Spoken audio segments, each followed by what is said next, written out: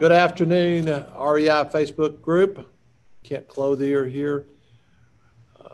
About to get into a really great topic today with Nate Gray. He's on the call with us. As you guys can see, I'll introduce him in just a second. Wanted to thank everybody for joining us today. This is going to be really, really good for you guys. We get a lot of questions on our property management on our group, so I decided to pull Nate in here today.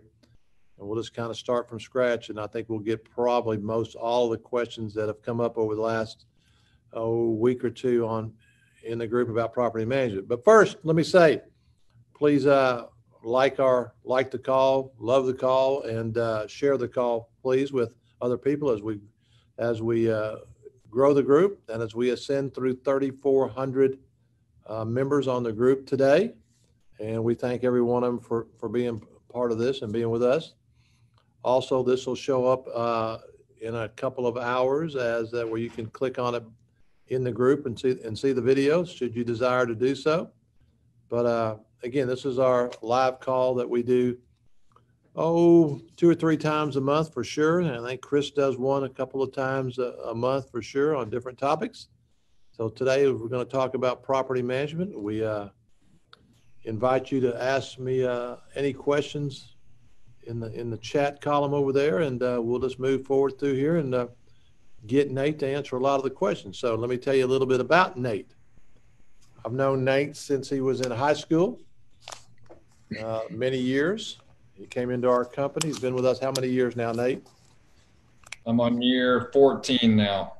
14, and we put him in this property management role at a very young age. Him and I kind of fought back and forth for a lot of years, and finally he got it, he took it, and he ran with it, and today he oversees 6,000 plus properties, 2,200 owners, probably 30 to 40 different people that work in our property management companies and customer service companies in all of the cities that we're in, cities and states that we're in. So he's the big cheese in the property management business for us and steers us down the path of making sure we're doing everything correctly. We think our property management company is one of the best in the country, if not the best. And we'll get into talking about some of the things that we do and why we think this is what it is. But we're going to talk a lot about property management, all the do's and don'ts in there, and the processes and the procedures that we go through. And Nate has perfected most of these or all of these and got all the policies. And again, these processes set up, and it's a very important part of your investment as an investor is knowing your property management company. So let me dive into start down a few questions here, Nate, and then I'll let you answer them, and we'll go from there. So let's start off with one that I know we get asked all the time. And you should be asking this if you're an investor considering a property management company. Nate, tell us about if our property management company is licensed and in how many states we're licensed in as a real estate company. Yes, we are fully licensed, insured, bonded, all of the above. But absolutely, licensure is a very important thing to be asking and making sure. So we are licensed. Let me count here. 1, 2, 3, 4, 5, 6, 7 states. 6 states currently. 10, 11 cities. So yeah, we're licensed in all of those states. We've got licensees, and then we've got brokers. I'm the broker of I'm a broker in Memphis and in Missouri, and then Ryan Flannery in our Dallas office is a broker of multiple other states as well. So yes, licensure extremely important. Yes, we are licensed.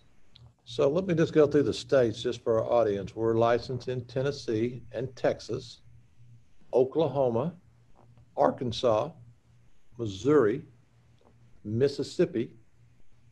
I think I said Tennessee, didn't I? Tennessee, yes. Alabama, and Florida. Alabama. So Florida, we're licensed in all those states. And Nate, are you and Ryan the brokers for all of those, or is there another broker? There's another broker, Drew Clothier, now added to the mix. and he is a broker in Alabama. Correct. That's correct. Okay. So yes, we are licensed, and that's something that we certainly encourage you to do and ask your property management company. And it's something that we're doing. And like Nate said, we're licensed in 7 or 8 states, however many it is. We're currently taking on new clients that they didn't buy their house from us in Texas as we expand our footprint, property management in Texas, doing the same in San Antonio. A lot of new people have come on with us in San Antonio, as in Birmingham. And again, a lot of people are moving their properties to us in both of those states. So Nate, the next question is, are we insured? Do we have liability insurance? Yes, all the above. We've got general liability. We've got errors and omissions insurance for our licensing side and the real estate side. Yes to all the above, and also an extremely important question to ask. Nate, how long have we been in the property management business? I'm on my 14th year. You were doing this prior to 16, 17 years or so, I'd say. 17 years in the property management business, still going strong. Hopefully we have another 17 years, right? That's right. Very good. So, so today, how many properties, single family homes is what we primarily own. Probably 99% of our portfolio is single family homes. There may be a duplex or a triplex in there somewhere. So exactly how many doors do we manage today? I know we have another 170, 80 rehabs going on. You throw them in there because they're coming out the next month or so. How many doors are we managing today? Yeah, so this is a hotly contested question within our company because there's multiple ways to look at it. But here's my count. Here's what I've got currently under my roof and under my purview, which is right above 6,300 in all of our cities that we currently manage. So on top of that, and what you just said, that my number does not include what REI, what our renovations team is currently working on, all of those that are in the process of waiting to buy or just being bought, et cetera, et cetera. So I count those once those are given to Premier Property Management. But as of right now, we're just over 6,300 in all of our cities. And we know we have another 100 waiting to close on contracts, and we know we have another 170 on rehab. So those will all come in. So I think we'd be close to 7,000, maybe over 7,000 by the year end. What do you think? Yes, if not sooner than year end, yes. And plus the number of the other properties that we're bringing on. Duarte is our business development person who's out there talking to owners and bringing properties into us that we don't manage today. So we expect that to be several hundred, if not more than that this year, that's going to bring in. So you're probably right. It'll probably be more than 7,000 as we go through the year, right? Sure. So we talked about the type of properties that we manage, and it's mainly single family home. That was a question I had for you that we already knocked it out. Mm-hmm. So what is our communication response time for owners and tenants, and how do we do that? And so I think, Nate, the question is, how do we communicate with tenants? How do we take care of their maintenance calls? Then how do we relay that back to our clients through customer service? That's why I want to tie kind of both of these in here today. So I'll let you run with that for a second. Okay. And this answer, generally applies for whether it be our residents or our owners or even a vendor, if a vendor has a question for us. But bottom line, communication is key. So the ways that somebody can contact us is pretty much endless. You name it, we've got it. Call us, come to our office. Obviously, some restrictions with that right now, but we're open. Call us, come in, foot traffic, text us, email us. send us something in the mail. We have specific text lines designated throughout the company as well.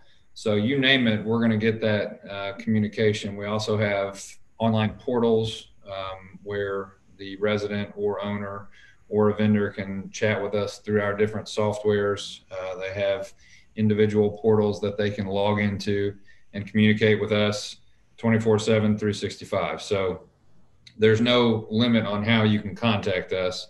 And then I think you said response time. Our goal is, if not immediately, in real time, the goal is to have a response back to somebody, whoever that is, as quickly as possible, whether that's within an hour or 2 hours.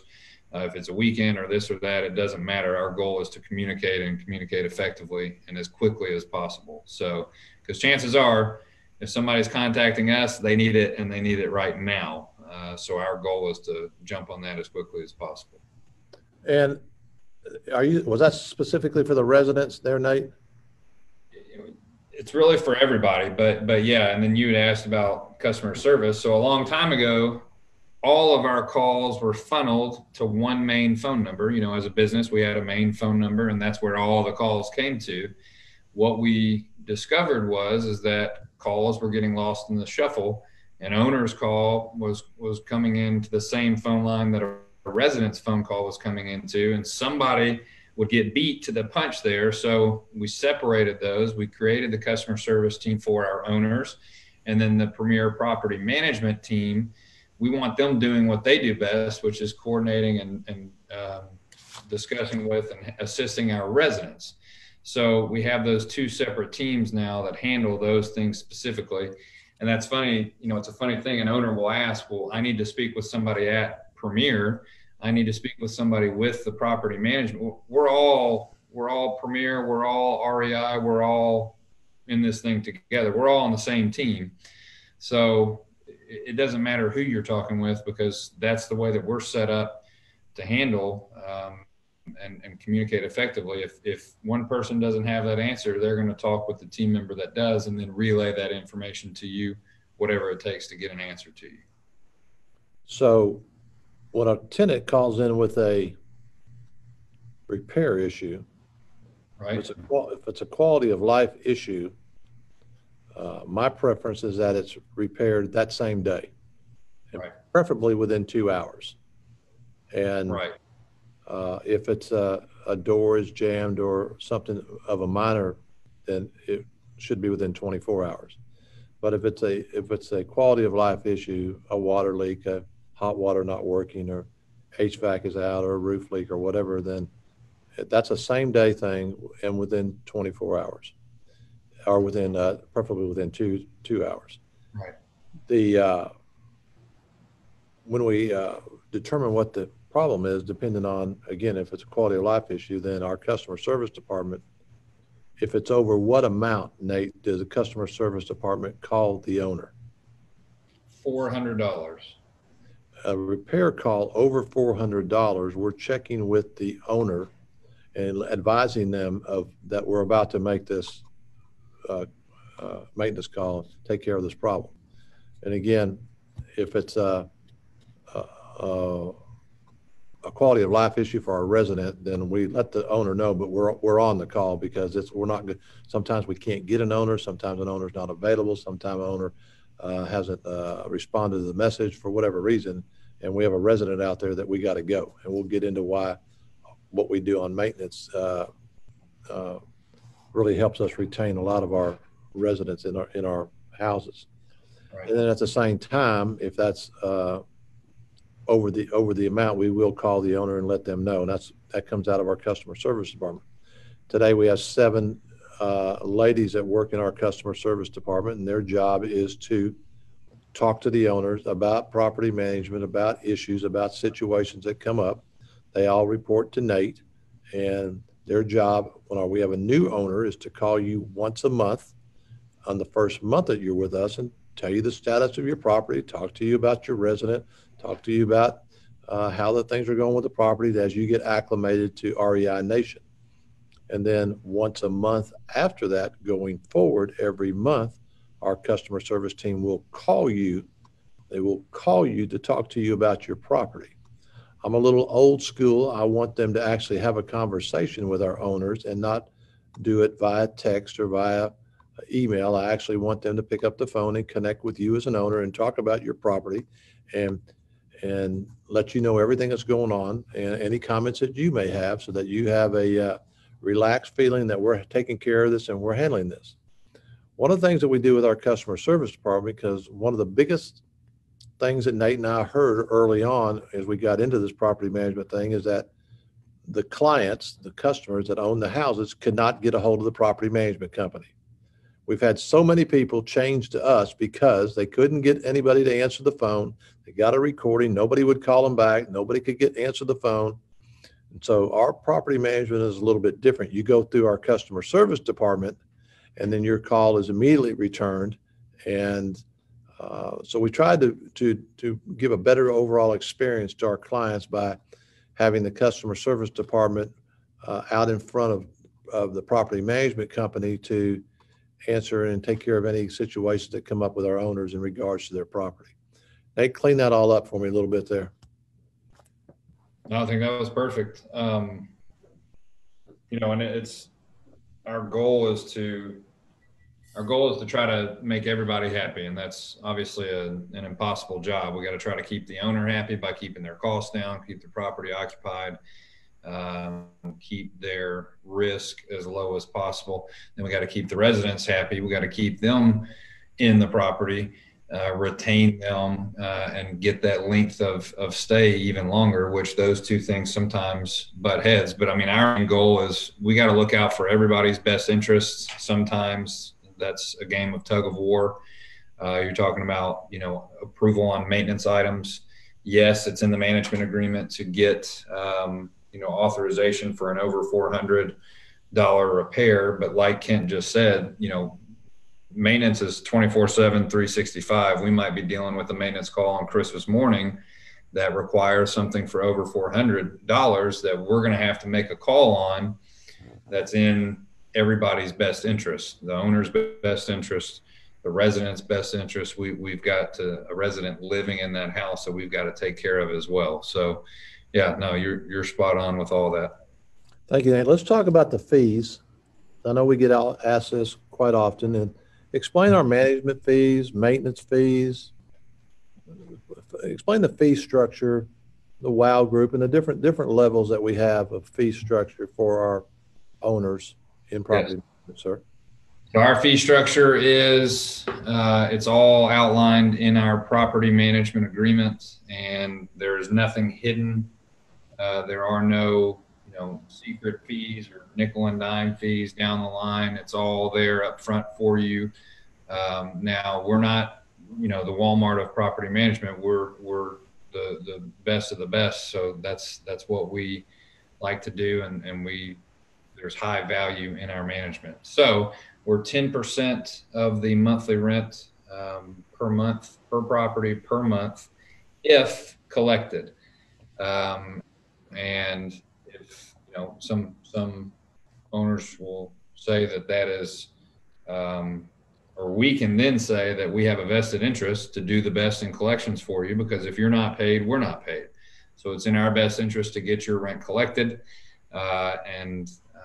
So it's 10% per property per month, if and once collected.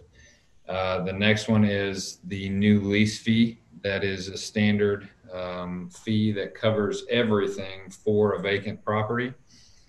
We retain the first month's rent. So it is a new lease fee of retaining the first month's rent. However, there are no additional charges. There are no charges prior to that. There's no charges after that. And it's done once the property is rented. So we don't charge any type of marketing fees, vacancy fees, property check fees, showing fees, nothing like that.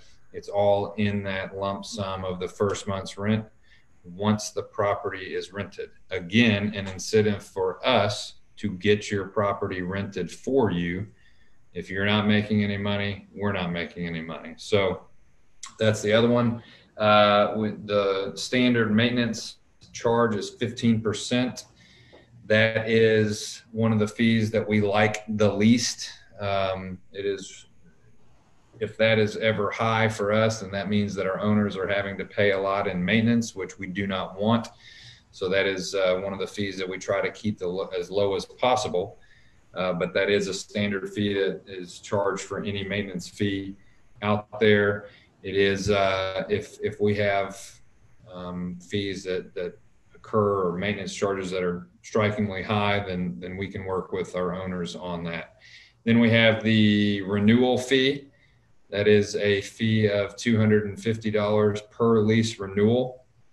That is a small price to pay, in my opinion, and it should be in most of our owners' opinion as well, for the fantastic job that our renewal team does.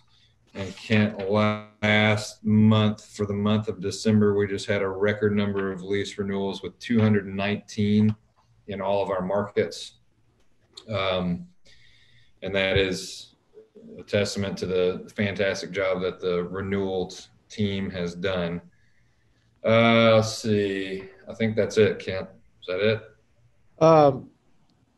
When we have, when we do have pets, how are those fees handled? And go ahead. That's not a fee for us by any means. We do charge a non-refundable one-time pet fee, not a deposit.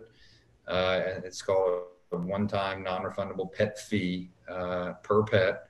That's $350 per pet. That's the same that we do across all markets, except in some states that have caps and limits on that. That goes to the owner. That goes to the owner up front. It's a fee that is paid upon move-in, and that is a pretty easy requirement. However, there are people that don't always tell the truth. You know, we'll have somebody move into a property that we ask every time. There's a spot on the application, a spot on some of the leases, determined by which state it's in. Do you have a pet? Some people will not always tell the truth. And then in some of our leases, we have what's called a non-disclosed pet fee. So one of the incentives to tell us the truth on the front end is if you move in and do not pay a pet fee, and then later we come to your property and find out that you have a pet, that fee doubles. So just like laws are out there, laws are broken. Same thing goes with clauses and covenants in our leases, but we do our best with that to make sure and try to cover those bases ahead of time. Nate, before we talk about move outs, let's talk about our renewal program. We explained and how long our typical resident stays in a house, and then what we do to renew them. I know you said we had a record month last month, and I think last year we renewed almost 1,800 leases, which is 1,800 people that didn't move out, and 1,800 houses that owners didn't have to pay a move-out fee. Explain a little bit about our renewal program. Sure. And how that works, sir. Yes. So we start 6 months in advance. We are constantly looking at leases ending. Our typical lease term is going to be around 2 years. Our average retention currently across the board is right around 5.5, pushing closer to 6 years, and we want to eclipse that and go even further and further and further. So we start 6 months in advance, and this is a big key as to why we're so successful with that length of retention. Is we try to get an early jump on lease renewals, period. So we start 6 months in advance.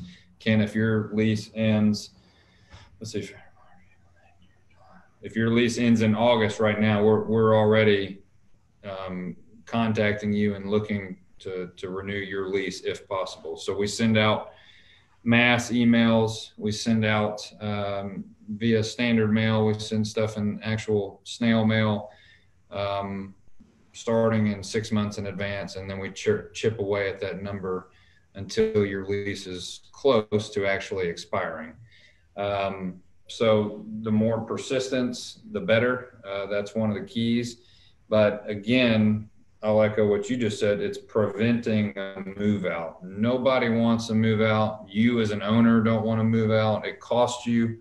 It creates headaches. We, as a property management company, don't want to move out. It's more work. It's harder work. However, it's hard to get a lease renewal as well. Some people think that's an easy thing to do, and that all we're doing is getting somebody to sign on the dotted line. To the contrary, this is a lot of work as well. This is a lot of negotiating. This is a lot of follow up. This is a lot of what can I do to get you to stay, and then therein creates additional things that we need to do. What incentives could I possibly entice you with? Because your home or our home isn't the only home out there for rent. But it's hard work, and again, it's a testament to our fantastic team on how many we're able to get, not just our renewals department, but the company as a whole. Because the better we do, the better we treat our residents, the more likely it is they are to stay.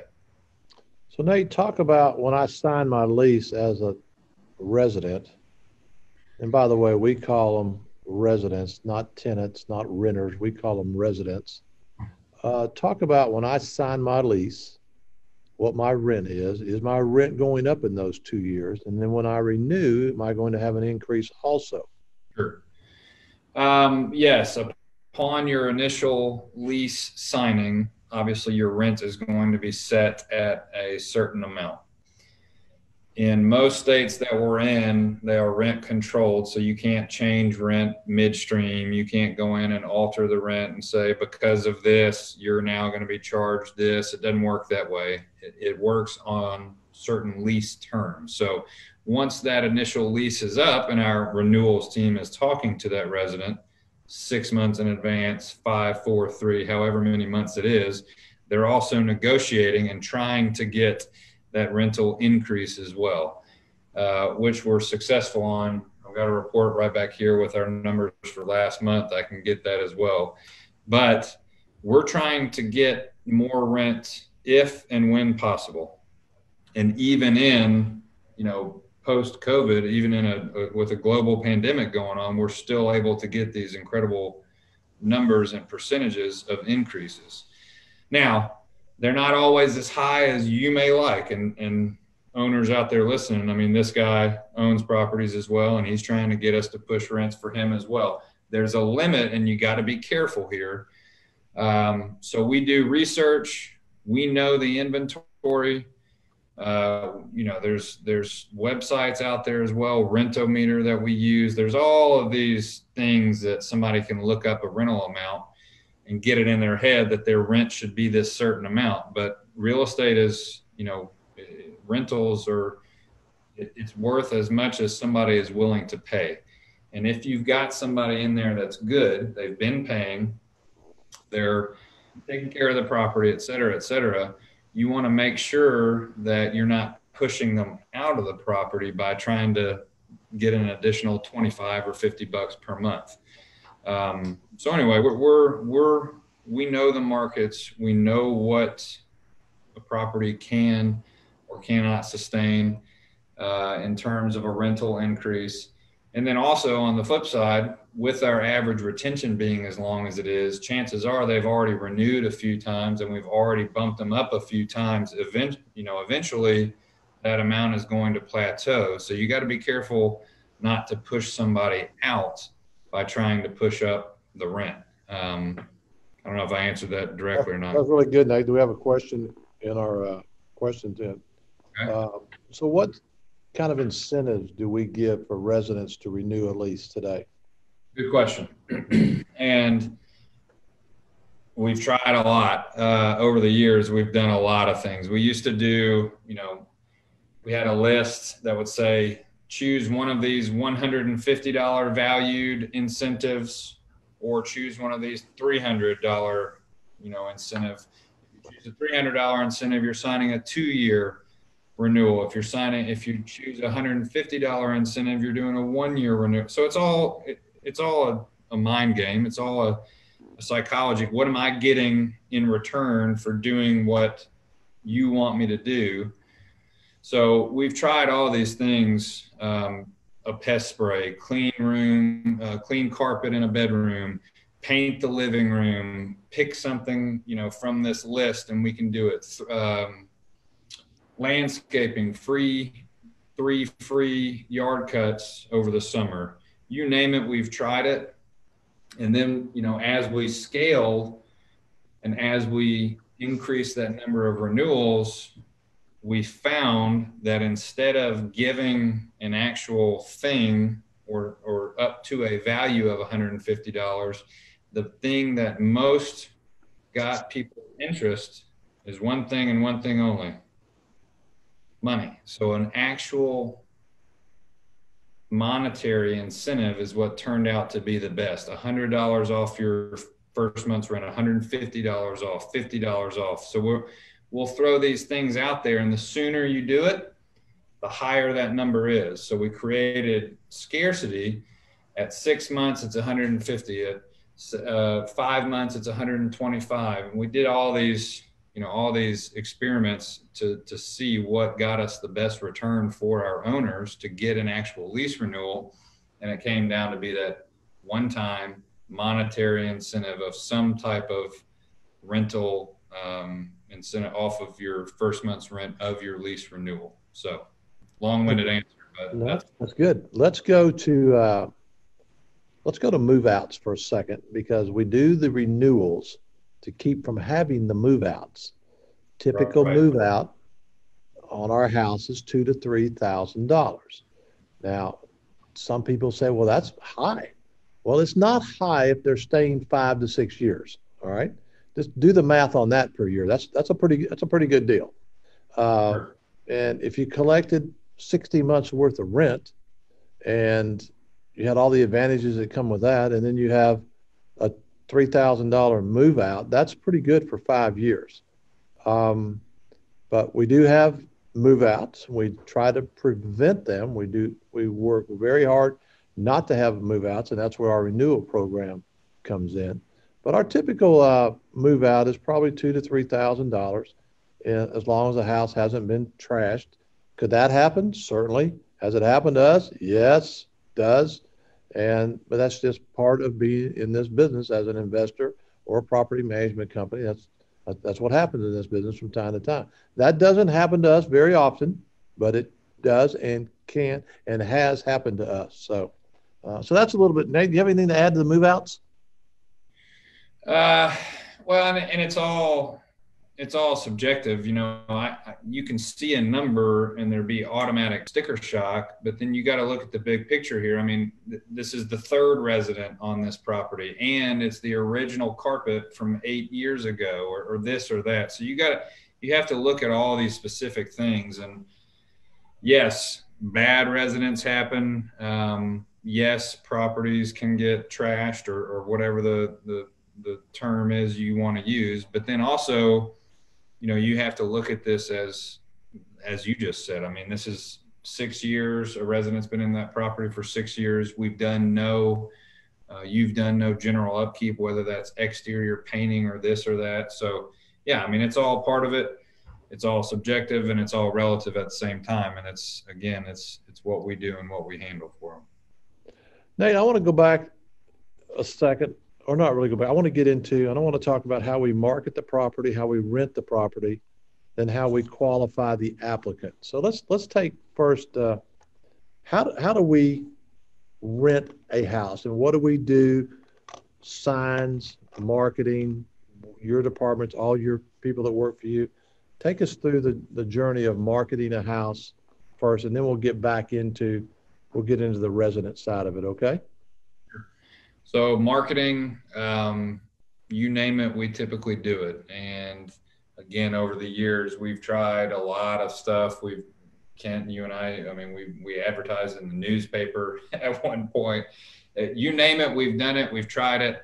Our two most common and highest lead generation sources are going to be old-fashioned signs in the yard that say for rent and have our phone number and our logo.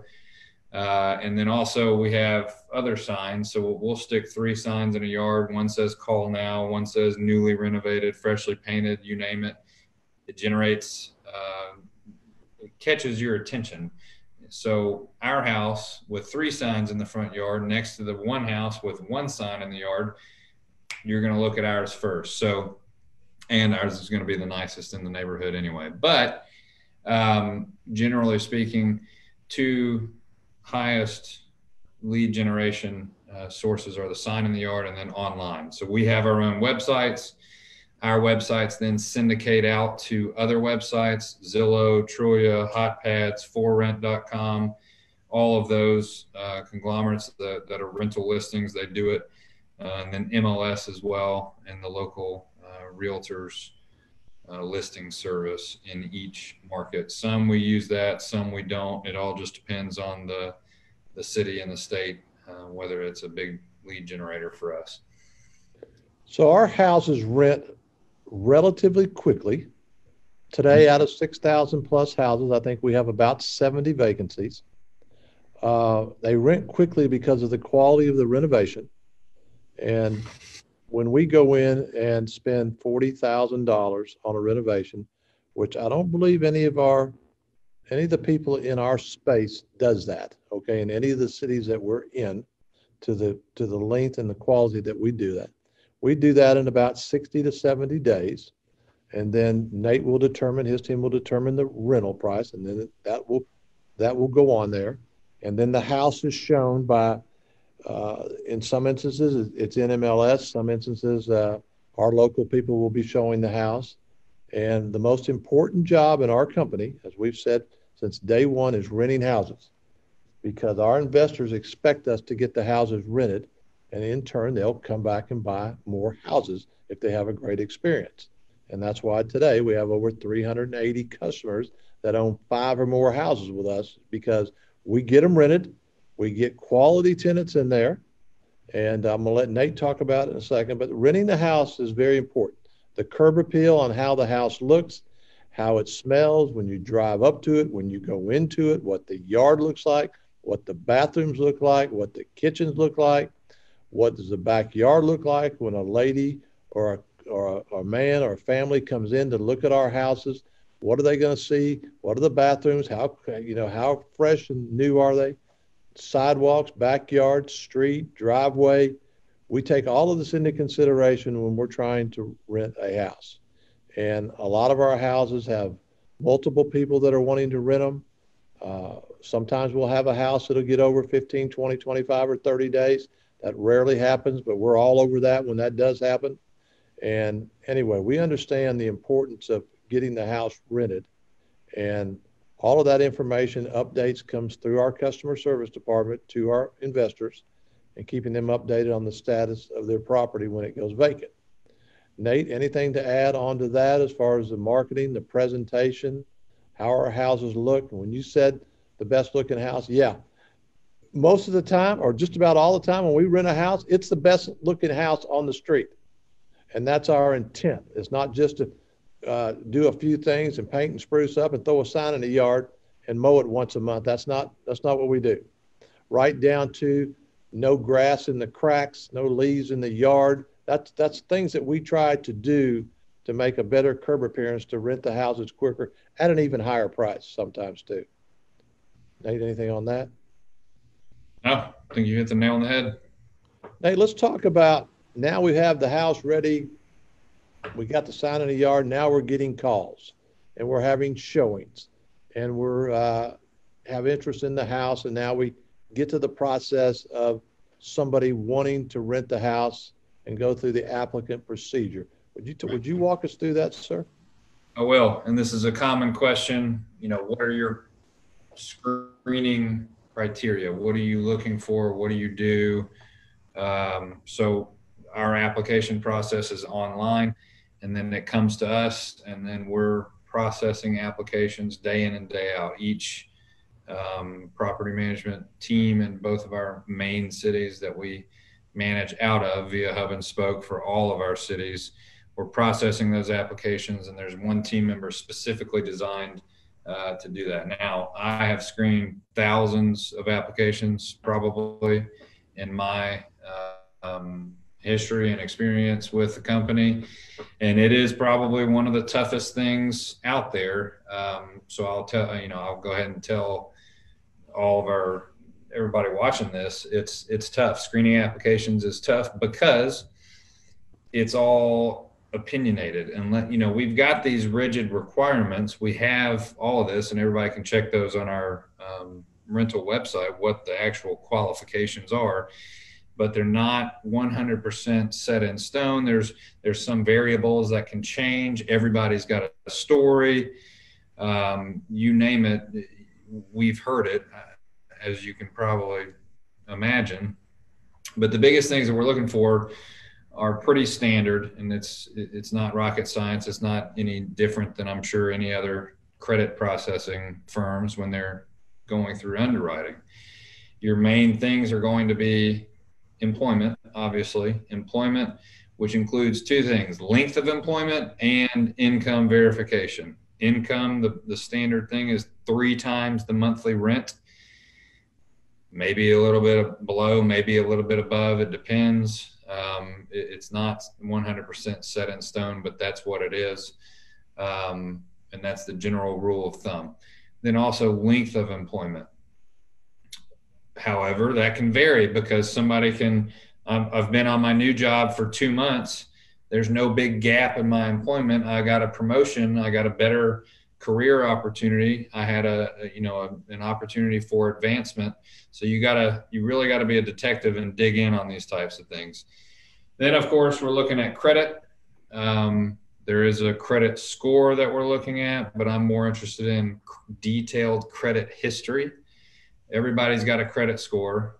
One tiny thing can greatly affect an actual credit score, whether it's in a medical emergency or something. You name it. Again, we've heard it. And a detailed credit history is significantly more important to us in general. Who do you owe? How much do you owe? What's your payment history with who it is that you owe, et cetera, et cetera. And then also a general background check, which includes evictions, convictions, judgments, general sessions, civil court, any type of lawsuits. We're doing a complete background check, looking for those, searching for them. And it's, sometimes those are difficult things to find. We're looking for any needle in the haystack type of things that we can. And then the most important thing to me is, and it's the fourth thing, is rental history, which is often the hardest to get or the hardest to verify, because it depends on who you rent from. They may rent from a mom and pop landlord who owns one house. They may rent from a huge conglomerate that owns hundreds of thousands of doors in an apartment complex. So you never know who it is that you're dealing with. You never know if it's real. You got to look out for fake stuff out there. So again, it's a tough job screening applications. You really got to be a detective, and we've got some really good folks on our team that know what to look for and what to do. So Nate, what percentage of approval in our underwriting department I think if I look, most of last year was about 50%. Is that right? Yeah, I think, and COVID, changed a lot of things where we were re-verifying, double checking, triple checking, going through all that. But yeah, I think we ended around 49% approval rate, if I'm not mistaken. Yeah. So we take a lot of applications and closed about 100 houses. I think Nate last year rented a little over 100 houses a month that we close, and again, they go through a complete process, complete underwriting, and trying to check all the things that Nate talked about there. Complete checklist of things before we approve a resident. So Nate, we get this resident approved, right? Yep. And they paid an application fee. Now we got them approved. So the next thing is to get their deposit in-house and set a closing date. Is that correct? Right. Okay. So we, let's say the deposit is $1,000. We notify the resident, the future resident, that they've been approved, and we need the deposit in to take the house off the market. Is that correct? Correct. And how do they get that deposit to you? What are our channels of payment today? Sure. So our number one form of payment is online, and we've dwindled this list of ways to pay down even further during COVID and everything else and in between. But our main form of payment is paying online. You can pay via your bank account with an ACH deposit. You can pay with a credit card or a debit card. Whatever, the easiest way and most convenient way is what we wanted to make it as. And paying online these days is just that. The other way is, to send in a payment. And I think you're asking generally, how can they pay? You can send in a payment via mail as well, which some people still like to do. But those are the two forms of payments that we currently accept. And if you're mailing in a payment, it has to be with a cashier's check or a money order only. So no cash, no personal checks, nothing like that. So Nate, now that we have the deposit in, we set a date with the resident to be or a closing date. Is that correct? That's right. So now we move towards, and let's just say it's the end of January for conversation purposes now. And we'll set the closing date. We'll let them know and tell our audience. I know we used to do a lot of in-office closings. Today we don't do that anymore because of COVID. All of our closings are virtual. Nate will talk about that. Our offices today, during COVID, we were not allowing guests into any of our offices, or residents or maintenance people or anybody, and so we moved everybody to online payments or money orders or cashier's checks, as Nate said. We did not take any payments in our office. Today, we still don't do that, and we've moved most people to one of the three ways that Nate talked about. So the biggest thing was doing our closings online, which now Nate and his team have perfected on how to do that. Nate, will you take us down through that? Now we have the deposit in. Mr. and Mrs. Jones are ready to move in. They need to do the closing. They need to get their keys. We need to get their rent money. We need to get the utilities changed over. How do we do that, Nate? Yeah, so we've got a holding deposit. You want this property, you've seen this property, you're paying this holding deposit, we're taking the property off the market for you. Same as an escrow payment for a real estate transaction with an actual purchase contract. Same thing, similar concept. But when we're going through this, when we take the property off the market and we're holding it for you, your holding deposit now becomes non-refundable. Do you understand? You can't change your mind. It's not going, you can't just call us next week and say, I found something else. It doesn't work that way, because we're going to hold this property for you. Then we're going to set up a closing date. We can only hold the property for a short period of time. Our plan and our goal is, no longer than 2 to 3 weeks, because again, we know that days on market affects your bottom line as an owner. So we want to get that property rented for you as quickly as possible. So the property's taken off the market for you. We set a closing date. We then call and have that remote closing done, like you were talking about. And we started that even before COVID. And then we dwindled that number very low.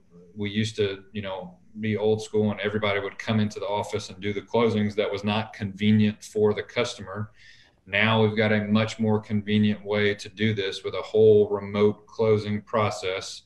Send you the documents via DocuSign, get that electronic signature, verify that it is who it is that's signing the documents, go through that entire process via a closing call, go through the lease, set the expectations, set the rules and the guidelines that they, as the resident, are supposed to follow. And then wash, rinse, repeat. I mean, we do that to the tune of 119 properties last month, and all across the nation and all of our cities. We've got it really perfected and down to a science. And then go on from there. And we want to provide a fantastic experience to that resident during this whole time. So, all right. So we've got what about the utilities, Nate, and getting them the keys, and how is that done, being that we're remote now? Yes. So keys are all via a lockbox. So you got to remember there's a bunch of stuff happening behind the scenes before all of this can actually happen. Our entire team, our project managers are checking the property, doing one last quality check of the house, delivering that gift bag to where when the new resident walks in, that gift bag is going to be sitting on their countertop. They're doing all these things and preparing the property. So they're doing a fantastic job so we can get that property rented for our owners. So anyway, they're handling all of that. They double check and make sure that there's a lockbox on the front door with a code that we later give to the resident to where the resident can access the code, get the keys out of the lockbox, and then move in. Now, you asked about utilities. That all depends. There's different rules and different procedures with different cities and municipalities. The majority of our markets, the utilities can be on in the resident's name, no issues, no problems. So that is our requirement. Utilities is the resident's responsibility. That's their deal. They set it up, they pay for it, etc. Some cities require certain utilities to either stay in an owner's name and then we bill the resident and collect and then pay. But again, that's all discussed through that remote closing process, and it can vary by city, but generally speaking, it's in the resident's name and responsibility. So they got their keys and they've moved in, and we've done the closing, and they're ready to go, right? Right. Let me backtrack just for a second before we get to the lates and the evictions and ask a couple of questions. I want to ask about how we determine the value of the rent. And I want to ask, do we require the resident to have insurance? Will you take both of those for a second? How do we determine the value of the rent? So our biggest answer on that is we've got 6,300 properties and we know what the market can bear. We know what the market rent will be. We have created our own maps with all of our inventory where I can enter an address and then up pops a map with all of our other houses dotted out on that map. I can see exactly what rents I'm getting currently on those properties. So then, of course, there's all these websites. We talked about it earlier, Rentometer, and a lot of owners, judge and base a lot of their opinions off of something like Rentometer. However, Rentometer is only the listing amount. So Rentometer pulls from all of these other websites what other houses are currently listed at. That doesn't necessarily mean that's what they were rented at. But we do take that into consideration to make sure that we're not way off. But again, the majority of our rents we're able to set because of our inventory and because of our portfolio. We know what a house will rent for. What was your other one, Kent? The insurance, the tenant insurance? Insurance. So each lease, the majority of our leases, again, you got to remember there's different rules via different states' real estate commissions. So in some places you can do this, and then in other places you can't. But generally speaking, we recommend that each resident gets renter's insurance. That's a blanket thing. It's what's smart to do. We talk about it in that lease closing call. It protects them because we will also tell them, look, if something happens at your property, the insurance will cover the property, but it will not cover your personal belongings. So it's in your best interest to get renter's insurance. And that's, generally speaking, that's what we do over renter's insurance. Now, again, not everybody does what we tell them to do. Not everybody follows every piece of advice that we give or clause in the lease, but it is generally what we tell everybody. Nate, now that we have the resident in, they sign their lease, they know, and in there is a clause that says that we have the right to come in for an inspection, right? Right. All we have to do is give them notification that we will come in and do it. Okay. And If an owner asks us to do that, then I think there's a small fee that we'll go in and we'll check the resident.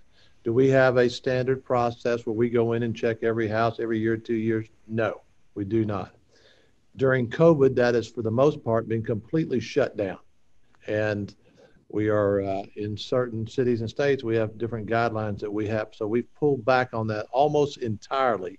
Uh, and we're still doing it spottingly and sparingly, but it's not something that we really want to do. And it's not something our residents really want to do. So we're having to be very careful. But that is something that is available to our owners. And if it would come up, then we're certainly at the mercy of the resident, because if the resident says, I don't want anybody in my property during this time of COVID, which is, as we know, is what we're going through, then we're certainly at their mercy on that. But we have done a couple inspections, very few this last year. Would you agree, Nate? Yeah, I mean, it's been down strikingly, but like you said, it's by request, and we can work through those case by case, but we're at the resident's mercy, and we got to respect all that, everything else and all the guidelines locally, which there are different ones in different cities. Nate, when our resident has a question for us, they can contact us through their portal, through Propertyware, or they can contact us through phone call. How hard is it to get a hold of us? How quick do we respond? And how quick are we on a maintenance, which I discussed earlier? Talk a little bit more about that in their portal. Yes. So they can submit a question in their portal. They can submit a comment in their portal. You name it, they can do it in their portal. We're on those every morning and then throughout the day in real time as well. The goal is, again, communication is key in property management. So our goal is to get them a response as quickly as possible. Now, based on whatever it is that the request is, there's going to be different thresholds and timelines. Like you said, Ken, if it's a quality of life issue, something related to the 5 quality of life items that we talk about, heating, cooling, electricity, roofing, and plumbing, then we want to be on those items as quickly as possible. If it's, my doorknob is loose to my closet, then that's not going to take as much precedent. Plus, we're going to call and troubleshoot and diagnose and see where that responsibility lies as well. So, we have to triage every request and comment when it comes to work orders, but still the goal is the same: get everybody a response as quickly as possible, even if that answer is sometimes no to their question. Now, this comes back to what we've talked about the resident's experience and answering the phone, handling the maintenance quickly, talking to the resident, being available. This is what makes our renewal program flourish. This is what makes the resident stay there. Right. Their experience is just as important to us as our investor experience. Because like we said, the most important job on our company is renting houses. And any property management company that's on here listening to this and doesn't have that philosophy, then you're not going to be very successful, because you're only as successful as those residents. And we're going to get into talking about rents collected and evictions in just a second. But making that resident have a great experience from the application process, through the closing process, through the how they pay, to making their portal, to getting somebody out there to take care of an issue if there was when they moved in. This is all high priority stuff to us. Every one of our residents are surveyed after they move in. We have a survey company that surveys them on how their experience was with us. And we grade that out anywhere from 1 to 10, and 10 being the best. And every one of those surveys come across my desk right here as they come in, and they're read aloud to all of our executive team, as all of our investor surveys are read aloud to our executive team. And anybody that doesn't have that experience at the highest level, 10 being the highest, sometimes we'll let it scrape by with a high 8 or 9. Then Nate has a member of his team, and most of the time it's Nate calling that resident to see what we could have done better, We're on the way. That door won't close exactly like you want it. We're on the way to fix that immediately after they move in. So again, little things that we do to get that tenant to stay in there, and not having the maintenance guy follow up and call them, but having one of our executives follow up and call that investor back, or call that a resident back, to see how we could improve on that experience, and learning from the little things. We know 98% of the stuff that we do in REI and Premier is probably pretty good. We want to improve on the 2%. And every time we have an opportunity to get better, we want to do that. And that's, to me, is a reason why a lot of our residents stay as long as they stay, and our houses rent as quick as they rent. Nate, let's get into, for a few minutes, I know we've been going for an hour here. I knew this was going to be a long one. Right. Let's talk about, and I have a couple of questions over here about evictions and how we handle it during COVID, and what's the process to get to evict people.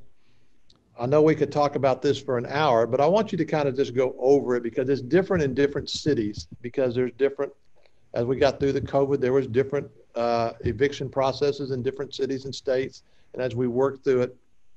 But let me just preface it by saying, last March 15th and March 20th, whenever COVID happened, we didn't know at that time if we were going to collect any rents or not. We really didn't. We put together an elite team, an elite task force team in this conference room that I'm sitting on today, of about 6 or 7 of our key people, including Nate, headed by Nate, that we were going to attack this quickly because our investors expected us to. So go all the way back, then we started in March. By March 20th, we knew exactly who hadn't paid for the month of March. And that was a very a surprising number. And I don't have it exactly, but we ended up collecting almost 95, 96% every month through COVID. Is that right, Nate? Yeah, early on we were even higher than that, but yes. So we had this task force, this elite team that was looking at every one of the people that hadn't paid and calling every one of those. These people, this group was calling them to see what their situation is. Did they lose their job? Did they get any money that came in from the government? Is there any other local programs that we can help them with? Is there any arrangements that we can help them with? So we took that as a real serious situation then. And I think our owners would tell you that what we went through back in April, May, June, and July probably surprised everybody on how we were. We kept this team in place for almost 5 months as we got to the 20th, 15th to 20th every month, we were drilling down hard on residents on how we could help them. We weren't trying to bend their arm or anything. We just wanted to see what their situation was. Were they furloughed? Were they laid off? How could we help them? How could we work with you? We don't want to evict you right now. We just want to see what we can do, what your situation is, on how we can help you, how we can work with you, and how we can collect the money for our owners and move forward. Nate, you want to take that, talk about the COVID for a second, and then get into maybe just an overview of our eviction process. I'm not going to drill down in every city here and every state on exactly what it is. Go ahead, sir. Yeah. So I think our biggest thing was we changed our tone, not drastically, because we'd always had a friendly tone. And that's part of the thing about property management is most property managers don't think of their residents as residents. They think of them as tenants. And that's our overall philosophy, is do the right thing and treat everybody the same exact way that we want to be treated. So using a different tone, it's not, I'm calling to collect your rent. It's, I'm calling to check in. How have you been affected? How can we help? How can we work together through this? And then figuring out the next steps from there. Now, as the months, drug on and this and that, of course, we had some people who were genuinely affected. We were tracking that. We were getting proof of being affected by COVID in general. And then also, in employment, getting updates throughout that entire process. But as the months went on, we had to turn up the heat a little bit and start getting stronger in our tone or in our collections tactics. But generally speaking, it's, there's people that have been generally affected by this, and then there's some people that are using that as maybe an excuse, or then there's some people that are maybe sticking their head in the sand and not communicating. But again, it boils down to one thing, and it's communication. So that was our biggest point with collections, was communication. We threw additional team members into our collections team and that task force and worked through it, and luckily came out very good. So early on, 98% pre-COVID was our general collection rate per month. Early on in COVID, we still hit 98 a few times, maybe 97 a few times. Now we're looking at consistently hitting 96% over and over. We're seeing a few, and the reason why is we're seeing a few people that are carrying into the next month, which, if they're communicating, if all of this is valid, if they've provided proof, if they're, going through some struggles, which obviously, there's a lot of people that are, then we're working with them and continuing to do so. On the flip side, there are some people that are not communicating. It's whether it's, they don't want to, or whether they don't have an excuse, or this or that, who knows? But that's where we draw the line. Communication is key. And again, just to backtrack right here, we've worked with multiple residents, directing them to agencies that are providing financial assistance to them directly. That was a key point and way that we got through this thing as well off as we did. So if they're not taking that help, we can only, lead somebody to water. We can't force them to drink. So that gets to the point of where we'll have to be looking at eviction. It varies by state. It varies by city. It varies by county. You go, in one state, in one city, in one county, they'll be doing something, and then another county right over, they'll be doing something completely different. So that's a broad question, what somebody asked, but we're doing everything that we can. And certainly as a last resort, we don't want to have to do that. We want to do everything that we previously talked about first, and we're getting we've been pretty successful with that. But we are having to look at evictions as a last case resort, and then go from there. In our cities, in different states, there are some that the payment is late on the 3rd, the payment is late on the 5th, depends on what jurisdiction we're in. And then once we hit that date, then we're aggressively talking to the resident about paying the rent. And when we reach a certain date in the month, whether we've been able to talk to them or contact them, or they told us they did exactly what they say we're going to do. And then we get to a certain point in the month where we decide we got to pull the trigger and start the filing process. And as Nate says, we don't want to do that. That's not what we want to do. We want to work out however we can with them if they have if they're not able to pay. And we've been very lenient on that through COVID, as we had to, because they've shut down the evictions. But as it starts back up, and as we've done for 15 years previous to this, we have a pretty good rate of collections. We have a team that works on lates. That's their job. We have about 3 people in our company, I think, that are working on lates, and then making arrangements with people to pay and get the money in here, whether it's through a money order, or through direct payment, or through the portal, or however they pay it. So that's an important part of what we do, the eviction. And we have a really good program on that. If anybody on the call wants a little bit more detail, you can leave a message down here, and Nate will get back with you and follow up with you on, if you're a client of ours, and what's going on in your particular city or state. And certainly your customer service person could also tell you what that is if you're a client of ours. Nate, let me back up just for a second. When a resident moves out of their house, what determines if they get their deposit refunded?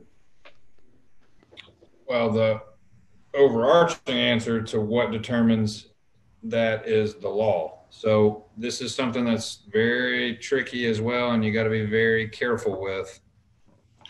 And another thing that is subjective, I can sit here, or the owner can sit here and say that was caused by them, and that's excessive wear and tear. So bottom line, it's normal wear and tear versus excessive wear and tear. But it's not easy. It's not simple. It's something that our team has to deal with on a daily basis. Bottom line, you got to be very careful with that. And we have to be very careful, and we assume all of the liability for our owners. If they'll remember, the lease is between Premier Property Management and the resident, not the owner and the resident, but Premier. So it's tricky. You got to be careful. We, of course, want to apply as much of the deposit towards damages as possible. There's multiple things that even come into play before you can do that. Was the lease fulfilled? Were all the fees paid? And there's multiple other things, but a security deposit is the resident's money that is not looked at or discussed until the end of the terms of the lease. There's a common misconception out there. Well, just take it, midstream during the lease, just take it out of their deposit. You can't do that. The deposit is not even looked at, touched, discussed until the end of the terms of the lease. Then it's applicable, and there's lots of laws that will determine that. But bottom line, if they fulfilled the lease, if they've paid all their dues, they've paid their rent, they've paid all their fees, then that security deposit is refundable to the resident. Now comes into the excessive wear and tear versus normal wear and tear, and you got to be careful with those aspects. And the security deposits that we collect are put in a separate account. Explain how that works, Nate. Separate account. They must be put in a separate account. That's most every single real estate commission law is those funds cannot be commingled. You cannot have an account that holds security deposits plus all the rent and then pay for something out of a security deposit. You cannot do that. Again, it boils down to the laws that we know and we're following and abiding by. You cannot pay for something out of a deposit. Again, that's the resident's money until the end of the terms of the lease. Now, a couple more questions, and hopefully we'll wrap this up here in a few minutes. But let me ask you a question. If I'm an investor and I sign a property management agreement with you to manage my property, and I want to end that agreement, what's the process? In our management agreement, it says there's a 30-day notice, but in most cases, if you are not happy and you want to end a relationship with us, the last thing that I want to do to you is hold you here for 30 more additional days. I want you to be happy. We want you to be happy. If you're not currently happy and that's an issue, the last thing that I'm going to do is make you stay here for an additional 30 days. But hopefully you can talk to us and we can figure out where or if we've fallen short and what we can do to improve that and turn that around. But bottom line, have a conversation with us and then we can work it out and figure it out from there. I've always told Nate if somebody wants to leave us, then the keys can be ready in 15 minutes at the front desk. And the 30-day is just in the contract. And again, if somebody wants to leave us, and then we'll be glad to have the keys ready, and we don't have to keep this dance going on very long, all right? And if it doesn't work out, then that is what it is. So, Nate, let me get to a couple other things. How do we know that the people that I see this one. The ones who signed the lease, how do we know that? How do you verify it? I know you got their driver's license, and you got their application where they signed it, and sometimes we do a Zoom call with they're on there, picture on there. Yep. Address that just for a second. Yeah, I see that question. And hey, Dev, thanks for the question. We've got the protocols in place. We check, we require driver's license. We do all this stuff. We verify, we re-verify, we double check, we do employment verification. So we're covering all those bases. So Dev, the majority of times we verify and we know. However, he poses a good question on here. He says, how can you verify that it's that exact person and this and that, or if 2 people are moving in, but in actuality, it turns out to be 4 people. Guess what? That stuff happens. Again, there's laws, but laws are broken. There's lease amendments and lease amendments are broken, you name it, we've seen it. However, the majority of times we're 100% sure that that is the case. But sure, somebody can sneak in and do this, and identity theft or this or that. We've had, you name it, we've seen it. And in my 14 years, I've dealt with a little bit of all of that. Two people can apply, and then we go and do an inspection, and there's 4 adults living there. There's penalties for this stuff. They're in default of their lease for this type of stuff. So we've got those checks and balances in place. But Dev, sure, that stuff happens. But we're doing everything that we can to prevent that from happening in the first place as best we can. We're not perfect, of course, but we do have those checks and balances in place. Good question. Nate, we had another question on it. Do you see the next one on there? Yes, asking about an HOA. So an owner, somebody asked on here, Oscar, here we go, I see it now. How does it work with a resident renting on a property with HOA, assuming they know about it before signing the lease? Another question about pet policy. Owner decides they prefer no pets. So 2 questions. Yes, Oscar, they do. It's in the lease, barring we know about it. Barring you know about it. We've had properties pop up in neighborhoods and an HOA doesn't contact us until 3 or 4 years later. So HOAs are a blessing and kind of a curse. So you never know which one you're going to get. You may have the nosy neighbor who's a HOA policeman always looking out their blinds. You never know. Sometimes that can be a good thing. Sometimes they can be kind of a pain and maybe overly getting on a resident's case. But regardless, if we know about it, they're going to know about it. It's in the lease is the most important thing, that they are set up to know about the rules and covenants of an HOA. Now, we are not the HOA. We are not involved with the HOA.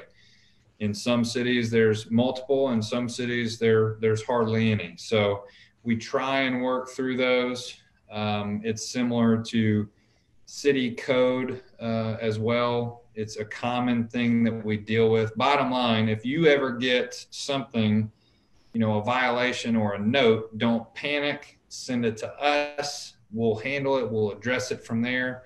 They are much more common than most people think. But to us, it's just a Wednesday, and we handle those on a regular basis.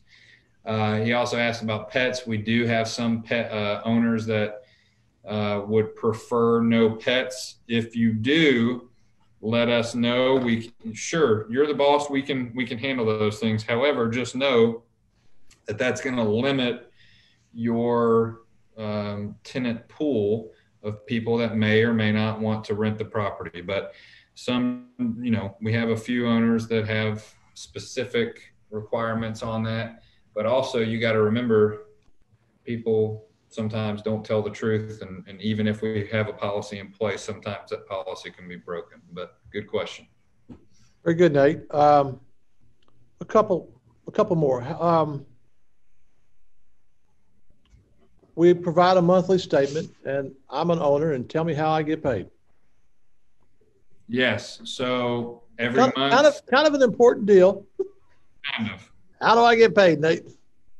So our goal is to, in the management agreement, it says you're going to be paid no later than the end of the month. Now, we want to pay you as quickly as possible, but there's a caveat to that. Most management companies require a maintenance reserve, to where they'll say, I require that I have this much money on hold sitting here for you in case something happens. We don't have a maintenance reserve. So we pay our vendors we pay them weekly, as a matter of fact, and that's why we're able to get our owners the best prices. So we pay our vendors weekly. We pay these bills as they come in, whether you, the owner, have money in your account or not. So we do not require a maintenance reserve, but we have to be careful. Your resident pays on the 1st. We can't just send you, your payment by the 5th of the month for multiple reasons. Number one, consistency. your resident pays on time 1 month, then the next month they don't pay, and you're looking for that check on the 5th, then consistency is out the window. But bottom line, we want to pay you as quickly as possible, no later than the end of the month. We're typically done paying at or around the 20th, 21st, 22nd. It depends on when the dates fall. Again, there's lots of factors that can come into play, holidays, weekends, etc. But we start paying around the 10th, and then we end paying around the 20th or so. Nate, on our maintenance team, are we 24/7, 365 when anybody has a maintenance call anytime, anywhere? Correct. How does that work? How does that work on holidays and weekends? It just works. It happens. We're on. So we have it assigned. Maintenance is 24/7, 365. An AC breaks on the hottest day of the year, most inconvenient days like July 4th. Heaters break on the coldest days of the year like New Year's Day. So that's how it works. That's how it happens. It's a fact of life. We're on 24/7, 365. We have a maintenance team. We have people that we rotate for weekends and maintenance, holidays. Again, we're on. It's 24/7, 365. Nate, I heard you talk about pets a few minutes ago, and I know a lot of people are interested, and it comes up from time to time on what type of breeds and what type of pets and the sizes and this kind of thing. I know we have some owners that from time to time may not want a pet in their house or want to know what kind of dog it is. What is our policy on this, sir? So our policy is, and this is another thing that you have to be careful about, especially in the age of service animals and this and that and paperwork. And, we're not the Westminster dog show, so we don't know, these certain types of breeds and this and that. However, the easiest thing that we have and that we use is insurance, has certain restrictions on these certain types of breeds. Therefore, we limit and do not allow these types of breeds. And we have a list. They're in our requirements that anybody can check, but it's the most common ones that most people will see. And this is a touchy subject. You got to be, I fully understand. I'm a dog person. I get it. I understand. Some people will say one dog is bad and another person will say that dog is not bad. And this, so you got to be careful, but we do have the requirements in place and we have a restricted breed list due to insurance. But just like anything else, it's difficult to enforce. It's difficult to track. It's difficult to, rely that somebody is telling you the truth. No, we're not getting people's, paperwork on their dogs. We do sometimes require pictures. So again, kind of like what Dev was asking, how do you make sure? We do try to make sure as best we can. And I promise you, we know more than what most people would know what to look for and what to ask, because we've been doing this for a long time. We've been doing it for a long time to the tune of 6,300 properties. But no, we don't always get it right. This is a tough business. It's a tough thing, but we've got those steps in place to check and make sure what they are, Kent. Thank you, Nate. So there was a question, and I'm going to answer this one that came up, or one of the questions that I was going to bring up here that we get asked from time to time. If I want to sell my property, and from time to time we'll have an owner that I'll have a situation in their family or whatever that they need to sell the property, and that is something that we would take a look at. We have a person that will work with the investor to see if it's a property that we would be interested in buying. And there have been some times, frequently over the years, that we've bought properties back.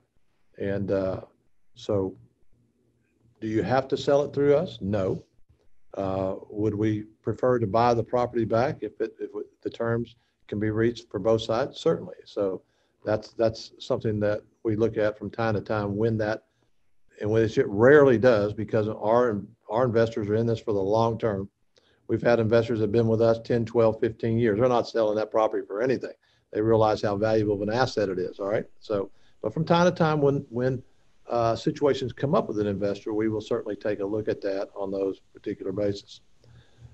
Nate, I guess you've given an hour and a half seminar here on to anybody out there that wanted to start a property management company. So they got all the peel back the curtain behind the scenes, look at everything here. Is there anything that we forgot here? Oh yeah, we can go for another hour and a half easily, but all of this is, fine and dandy, but it all boils down to hard work and an awesome team. So anybody who hears this, you can go and try and do all this, but there's no secret sauce. There's no secret recipe to any of this. It's hard work and having a fantastic team in place to do it. So that's was going to be my main. Well, we get asked, and I get asked, how do you do this 6,000 properties? All right. And it's first and foremost a great team, but we have a lot of processes. We have a lot of systems. We have a lot of details that we look at. We have key performance indicators, KPIs that we look at every single day. We know every day how many properties are late. We know every day how many properties are available. We know every day how many properties are about to close. We regularly look at rent increases, what percentage of them. We know about the renewals, and it goes on and on and on of the details in property management at the level that we're at. We expect to be at the 7,000 plus property level by the end of 2021. But all I can tell is the people that are listening to this and trying to decide about a property management company or a company to do business with, and we just happen to have REI on one side, PPMG on the other side. And REI feeds the properties into PPMG that we manage on that side of the business. We've been doing it for 17, almost 18 years. It comes back to why we always talk about experience matters. I don't think there's any situation, Nate, in property management at a property that we haven't handled or would not know how to handle today. Is there anything that we've been through over the years that would surprise us today on a property? I'm sure there's probably something out there. I was going to say no, but I think we've said no before, and then we've had something happen. We found something else, but there are all kinds of situations that can come up from time to time. But I would just recommend to anybody out there that you just have to find a property management company that's going to be open to communicate, that you can get on the phone, you can talk to them, and you can talk to the people at the highest level and interview them, ask them some of the questions that we've been through today. We don't mind answering any of these questions because we have all the answers. And if we don't have it, if there's something that comes up, we'll certainly get it. But I think we have pretty much all of the answers. And Nate has a tremendous team. We have a full staff premier office in Dallas, a full staff premier office here in Germantown, Tennessee. There's probably about 40 or 50 people that just work in the premier side of the business, plus all the rental agents that we have in the field that are renting the houses. So property management side of our business is huge, and it's very big. And I wanted to come on today with Nate. And really, this is like a to-do list here of property management. If there's an investor that's on there thinking about getting into this space as far as buying a house, a turnkey house like this, these are some of the things that you need to ask about. And I'll go back to, again, the experience of a property management company. Is it licensed? How's the communication? Can you talk to people? Do they know what they're doing? Do they have solid policies and procedures and processes and systems? How detailed are they? Do they take care of everything? And those are some questions that I would be asking if I was getting into this business. When we first started in it, we were not very good in property management business. Our first 300 or 400 houses, we were not very good at all. We either had to get good or get out of the business.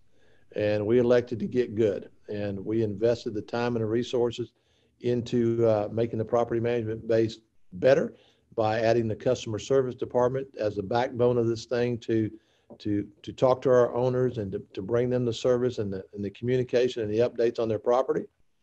Customer service department brings them good news and bad news. And with good news, we got got your house rented. We got you an increase. We got a new 2-year lease for you. Bad news. Oh, we got a maintenance call that's $540. Or we have a move out that's $1,700 and they've been there for 3 years and they're moving out. So that's the upside and the downside of this. But overall, the property management business, once you understand it and you perfect it, which I think we have, but we can still get better, certainly, is that it's just pick the right company, get the right people. This guy's been doing this for a long time. There's none better than him. I wouldn't trade him for anything, him or his team. He does a great job for us. And so, again, we wanted to come on here today. This has been an hour and a half talking about, this is the longest live call that I've had. And we're talking about property management, but it's such an important part of our company that hopefully you got the answers that you wanted today. If you didn't, drop us a note over here, or drop us a question. We'll get in there and get you an answer. And again, Nate, thank you for the time today. You did a great job, man. Great job today on all of this. And to our investors out there that are listening, the potential investors, we thank you for the time today and hope this was an informative and educational for you. Have a great day. Thank you.